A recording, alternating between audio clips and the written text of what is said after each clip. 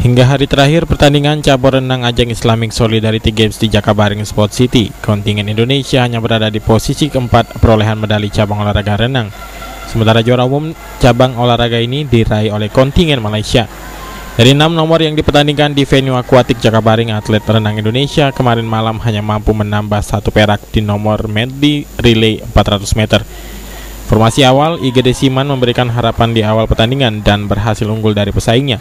Namun perenang kedua Dennis Joshua menyia-nyiakan kesempatan dan kalah cepat dari lawannya.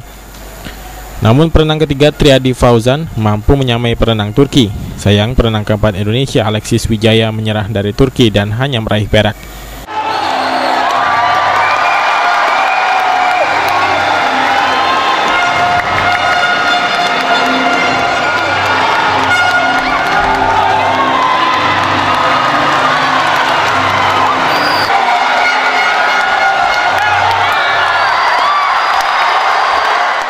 Dengan penambahan perak ini pada cabang renang, Indonesia gagal menembus 3 besar atau hanya duduk di peringkat keempat.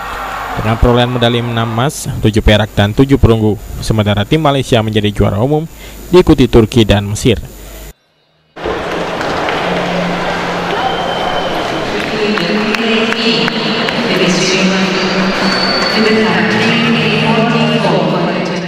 Kudi Sumban Gaul, PAL TV.